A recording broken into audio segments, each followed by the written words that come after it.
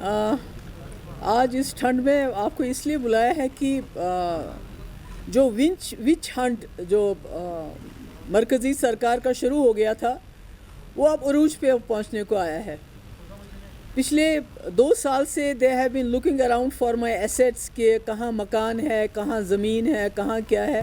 جب وہاں سے کچھ نہیں ملا تو اب انہوں نے جو ہمارے رشتہ دار ہیں, ہمارے دوست ہیں, ہمارے فیملی ممبرز ہیں, ہمارے کلیگس ہیں, ان کے ہاں چھاپے ڈالنا شروع کر دیا ہے. ای ڈی کا مس یوز ہو رہا ہے. ای ڈی این آئی اے ہے یا ای ڈی ہے, اٹ ہیز بین ویپنائزڈ. اس کو ہتھیار کی طرح استعمال کیا جا رہا ہے. جیسے کہ آپ کو معلوم ہے, جس طرح وحید کو جس دن اس نے فارم بھرا دوسرے دن اس کو لے کے گئے, تقریباً 1 مہینہ اس کو این آئی اے نے اپنی کسٹڈی میں رکھا, اور ایک ہی پرپز تھا کہ کسی طریقے سے وحید کوئی ایسی بات جو ہے مان جائے جس سے مسئلہ میرے تک پہنچ جائے. کیونکہ کرپشن کے کوئی چارجز نہیں ہے تو اس لیے ٹیرر کے ساتھ ان کو اٹیچ کر دو. تو اس کے بعد اس کو 1 مہینہ ٹارچر کرتے, he was deprived of sleep, اس کو سونے نہیں دیتے تھے. 200-250 لوگوں نے اس کی انٹروگیشن کی, صرف کہ آپ مان جاؤ. اگر آپ مان جاؤ گے تو آپ کو وٹنس بنا دیں گے اور باقی آپ کو چھوڑ دیں گے. اسی قسم کی باتیں چلتی رہی.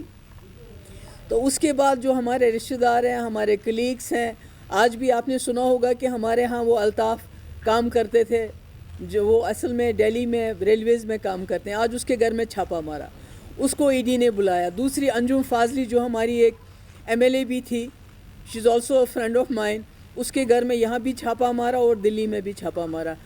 کل کوئی وجہ بتائے ہوئے 2 دن پہلے نعیم صاحب کو, سرتاج صاحب کو, منصور صاحب کو اور بشیر میر کو وہاں سے اٹھا کے لے گئے. اور اٹھا کے لے گئے میں اس لیے کہہ رہی ہوں کہ کوئی آرڈر نہیں تھا.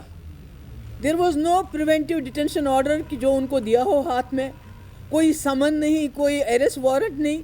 اٹھا کے لے جاتے ہیں اور کہیں رکھتے ہیں. اور اس کے بعد یہاں کچھ مجھے معلوم نہیں کون ہے وہ پریس والا, میں اس کا نام نہیں لینا چاہتی ہوں, اس نے شروع کیا جی منی لانڈرنگ میں ان کی پوچھ تاچھ ہو رہی ہے. آج تک ان سے کوئی بات ہی نہیں کسی نے کی. ایک تو بجبیڑا تھانے میں ہے اور نعیم صاحب یہاں ایم ایل اے ہاسٹل میں, اور بشیر میر کو کہیں وہیں رکھا ہوا ہے. تو میں نے اس لیے بلایا کہ میں آپ سے کہنا چاہتی ہوں کہ مجھے کئی بار کنوے کیا گیا کہ آپ جو ہے اپنے فیوچر کے بارے میں سوچ لیجئے, جموں کشمیر کی فکر کرنا چھوڑ دیجئے آپ. چونکہ میں اس بات پہ آمادہ نہیں ہوئی, میں کوئی بہت بڑی ہستی نہیں ہوں, میں کچھ بہت بڑا جموں کشمیر میں کوئی بہت بڑا مسئلہ میرے ہاتھوں سے حل نہیں ہو سکتا ہے. مگر جو جموں کشمیر کے مظلوم لوگوں کی آواز ہے, جو جموں کشمیر کے لوگوں کا 370 کی وجہ سے جو یہاں لوگوں کو دن دہاڑے ایک ڈاکہ ڈالا گیا, اس کی آواز میں نے اٹھائی ہے اور آگے بھی اٹھاتے رہوں گی. تو میں آپ کے مادھیم سے, آپ کے ذریعے سے, جو انہوں نے این آئی اے ہو, ای ڈی ہو, سی بی آئی ہو, اس کو انہوں نے اپنے ہتھیار بنائے ہوئے ہیں. حالانکہ they are very serious agencies, they are suppose to investigate very serious charges. آپ امیجن نہیں کریں گے, یہ لوگ اتنے گر گئے ہیں کہ مفتی صاحب کے مقبرے کو بھی ابھی آڈٹ کر رہے ہیں کہ وہاں جو مقبرہ بنا وہ پیسہ کہاں سے آیا. ایک انسان جس نے ان کے ساتھ ہاتھ ملایا, ایک بڑے مقصد کی خاطر ان پہ بھروسہ کیا, آج جب کہ وہ اس دنیا میں نہیں ہیں تو ان کے مقبرے, ان کے جو مقبرہ ہے وہاں پر اس پہ بھی آڈٹ چل رہا ہے کہ وہ جو ہمیں انفارمیشن مل رہی ہے.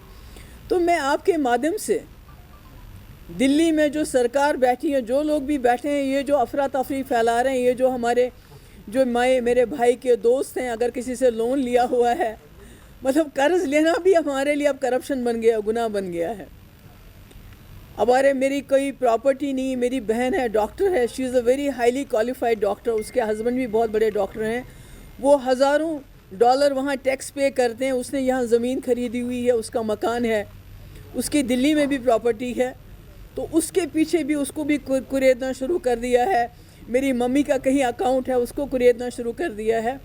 تو یہ بی جے پی جو ہے ان کے پاس کوئی پولیٹیکل دلیل نہیں ہے. They are not fighting me politically. I want to tell them, میں آپ کے میڈیم سے I want to tell all the B J P leaders کہ آپ کے پاس اتنی بڑی طاقت ہے, آپ کے پاس اتنے ممبر پارلیمنٹ ہے, آپ کے پاس سرکار ہے. اگر آپ کو فائٹ کرنا ہے مجھ سے تو پولیٹیکلی فائٹ کرو. Fight me politically, not through NIA, ED and CBI. اگر مجھ سے جنگ لڑنی ہے تو پولیٹیکلی لڑو مجھ سے, زمین پہ قدم رکھ کے لڑو. یہ آسمانی کبھی NIA, کبھی ED کے چھاپے, کبھی CBI کے چھاپے, اس میں کیا ملے گا آپ کو؟ میرے پاس کیا ہے؟ اگر ہوتا تو آپ میرے والد کے مقبرے کی جا کے وہاں جانچ نہیں کرواتے کہ یہ کتنے کا بنا ہے, یہ کہاں سے بنا ہے, اگر میرے پاس کوئی پراپرٹی ہوتی. تو میرا کہنے کا مطلب یہ ہے کہ چونکہ they have nothing to stick to me as far as corruption is concerned, so they have tried to through وہی they have tried to connect me to terror funding, کہ پتہ نہیں ہمارے کوئی ملیٹنٹس کے ساتھ تعلقات ہیں, پھر ہم ان کو پتہ نہیں شاید مدد کرتے تھے. یس, جو ملیٹنٹ کی فیملیز تھی, مفتی صاحب جب پہلی بار چیف منسٹر بنے, جو ملیٹنٹ مارے گئے تھے, جو مر گئے تھے, جو جاں بحق ہوئے تھے, ان کی فیملیز کو ہم باضابطہ اکاؤنٹس کے ذریعے, بینک اکاؤنٹس کے ذریعے ہم ان کی مدد کرتے تھے. یہ میں آج بھی کہتی ہوں اور یہ کل بھی میں کہوں گی.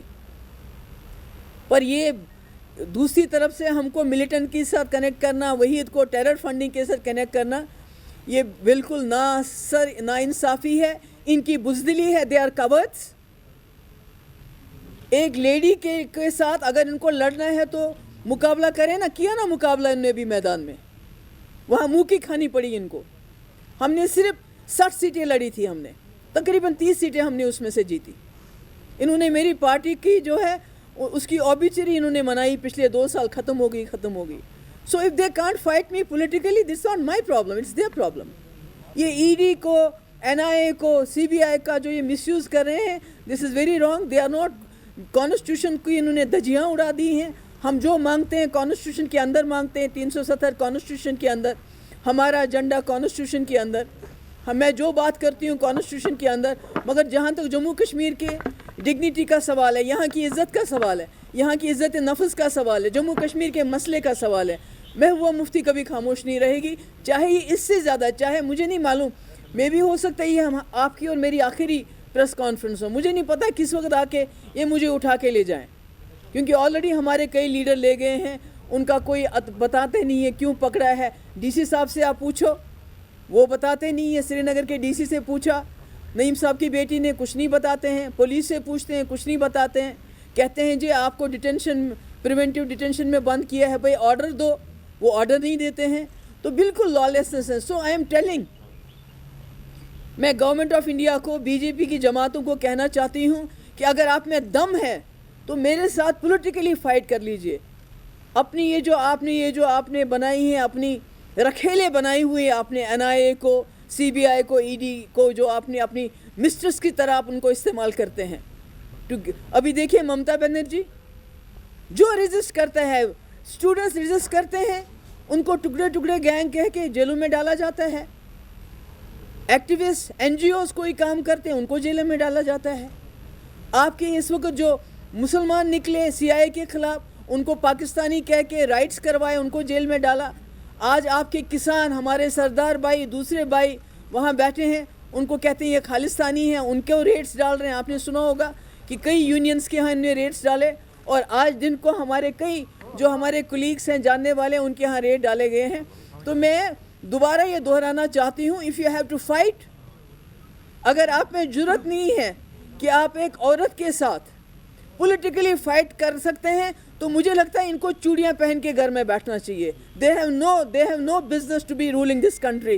جب یہ قانون کی دھجیاں اڑا رہے ہیں, کانسٹیٹیوشن کی دھجیاں اڑا رہے ہیں, جو ہماری ایجنسیز کو ہیں ان کو مس یوز کر رہے ہیں. I don't think کہ ان کے پاس کوئی مورل اتھارٹی ہے.